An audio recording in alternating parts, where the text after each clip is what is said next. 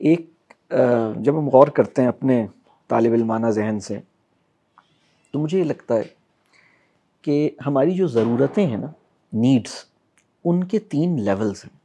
ایک ہے بالکل بیسک نیڈ. تو جوتا جو ہے وہ بیسک نیڈ میں نہیں شمار ہوتا. اس سے اوپر کی ایک اسٹیج ہے یا ایک کیٹیگری ہے جس کو میں کہتا ہوں فنکشنل نیڈس. اس میں جوتا شمار ہوتا ہے. آپ جا رہے ہیں، ٹھیک ہے. اور ایک اس سے بھی اوپر کی ایک اور لیول ہے، وہ ہے ایستھیٹک نیڈس. اور قرآن کی ایک آیت بھی ہے، غالباً سورہ اعراف کی، کہ کس نے انہیں کہا ہے کہ اپنے زینتیں اپنے اوپر مطلب حرام کر لیں، مطلب جو بیوٹی ہے، ایستھیٹکس ہے، اس کو اپنے لیے بالکل اس سے بالکل ہی چھوڑ دیں. یہ کس نے ان کو کہا ہے؟ مطلب رسول اللہ صلی اللہ علیہ وسلم جو خوشبو کو پسند کرتے تھے، وہ بیسک فنڈامنٹل نیڈ بھی نہیں تھی، وہ فنکشنل نیڈ بھی نہیں تھی، وہ ایستھیٹک نیڈ تھی. اور رسول اللہ صلی اللہ علیہ وسلم کی زندگی میں ہمیں یہ ملتا ہے کہ رسول اللہ صلی اللہ علیہ وسلم اپنی زندگی کے اندر کسی بھی نیڈ کے اوپر ڈیپینڈنٹ نہیں تھے. مطلب وہ اپنے آپ کو بالکل ان سے فری کر کے بھی ایک مطلب بغیر کسی بستر کے بھی فرش پہ نماز بھی پڑھ سکتے ہیں، بیٹھ بھی سکتے ہیں، لیٹ بھی سکتے ہیں، سو بھی سکتے ہیں، اور پھر بستر پہ اور زمین پہ پھر کبھی کوئی رگ یا کوئی چیز بچھا بھی سکتے ہیں. تو یہ دونوں کنڈیشنز میں رسول اللہ صلی اللہ علیہ وسلم واز ایکولی فائن. ہمارے ساتھ ہوا یہ ہے کہ ہم نے اپنی وانٹس کو نیڈ سمجھ کے فالو کیا ہے، بلکہ ہم اپنی ہر وانٹ کو نیڈ مطلب جسٹیفائی کر رہے ہیں کہ یہ ہماری نیڈ ہے، بلکہ ہماری رائٹ ہے، اور ہم اس پہ ڈیپینڈنٹ ہیں. اور جب وہ ودرا ہوتی ہے تو ہم بڑے مشکل ہو جاتی ہے. ہم کہتے ہیں کہ یہ بیسک لائف گزارنا بڑا مشکل ہو جاتا ہے. آپ بالکل صحیح کہہ رہے ہیں، یعنی ڈیپینڈنسی نہیں ہونی چاہیے کسی مسلمان کو. تو ایون یہ جو آپ ننگے پیر جوتا یا چپل چھوڑ کے آپ چلتے ہیں، تو ایک تو اس کے پیچھے کانسیپٹ ہے گراؤنڈنگ کا، اور بہت اہم کانسیپٹ ہے. ہم خاک سے بنے ہیں اور ہمیں خاک میں جانا ہے. تو اس کے درمیان کا جو وقفہ ہے، اس میں خاک سے جتنی بیزاری ہوگی اتنی ہی لائف اسٹائل گڑبڑ ہے، اور خاک سے جتنی قریب ہیں اتنی، یعنی آپ اسٹرگل کرتے ہیں دعویٰ کی، خاک آلود ہوتے ہیں، سبحان اللہ.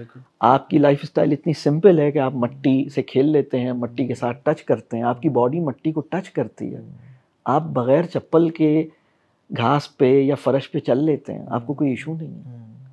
مٹی اگر آپ کے کپڑوں پہ یا آپ کی باڈی پہ لگ جائے تو آپ کو کوئی مسئلہ نہیں ہے. رسول اللہ صلی اللہ علیہ وسلم کی امت کو 5 امتیازات ملے. اس میں سے ایک امتیاز مٹی سے متعلق ہے نا، کہ مٹی جو تھی وہ مطلب جو کام پانی سے پاکی کے لیے لیا جا رہا ہے، اور پانی جب پاک کرتا ہے، پانی جب پیوریفائی کرتا ہے، تو ہمیں فیل ہوتا ہے کہ پانی پیوریفائی کر رہا ہے.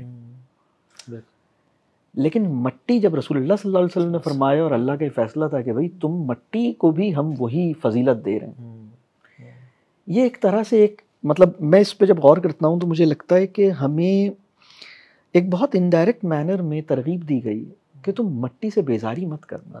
بالکل مٹی کی قدردانی تمہارے ساتھ ہونی چاہیے. مطلب تمہاری ساری فوڈ جو ہے، یعنی ہر طیب غذا جو ہے تمہاری مٹی سے نکل کے آ رہی ہے. بالکل بالکل. ہر غیر طیب غذا تمہیں کارخانوں سے نکل کے مل رہی ہے. صحیح بات. تو مٹی کے ساتھ تمہاری مطلب ایک تو بہت ہی، اگر آپ پیدل چلتے ہیں، اگر آپ وہ ایک کہیں میں نے پڑھا کہ وہ مڈ باتھ ہوتا ہے، mid bath, there is a concept of mid bath, مطلب اور وہ بڑا ریلیکسنگ بھی ہوتا ہے، اور بڑا وہ ہیلتھ کے لیے اور سائیکالوجی کے لیے، اور یہ بینیفٹ اور وہ بینیفٹ. ایگزیکٹلی، بالکل بالکل. ایون جو گراؤنڈنگ کا کانسیپٹ آپ نے بتایا، جس میں ہم مٹی یا جتنا ہم ارتھ سے کلوز ہوتے ہیں اور زمین سے کلوز ہوتے ہیں، اتنا ہی ہمارے اندر جو گیما ریز ہیں اور جو کچھ ریز ہیں جو کہ ڈیولپ ہوتی ہیں through Wi-Fis and through signals, اور سارا اتنی زیادہ نیوٹرلائز ہوتی ہیں، اور زمین اس کو جو ہے نا وہ اپنے اندر جذب کرتی ہے.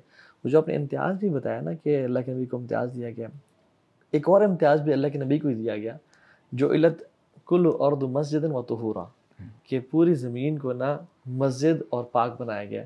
تو یعنی ہم کہیں بھی نماز پڑھ سکتے ہیں، بس وہاں پہ وہ جگہ نجس چیز نہ ہو. تو جو مٹی پہ سجدہ کرنے کا جو مزہ ہے، اور اس کی جو ایک فریگننس ہے اور جو اسمیل ہے، اس کا صرف اپنا ہی مزہ ہے. اور یہ کانسیپٹ کہ ہم کہیں بھی نماز پڑھ سکتے ہیں,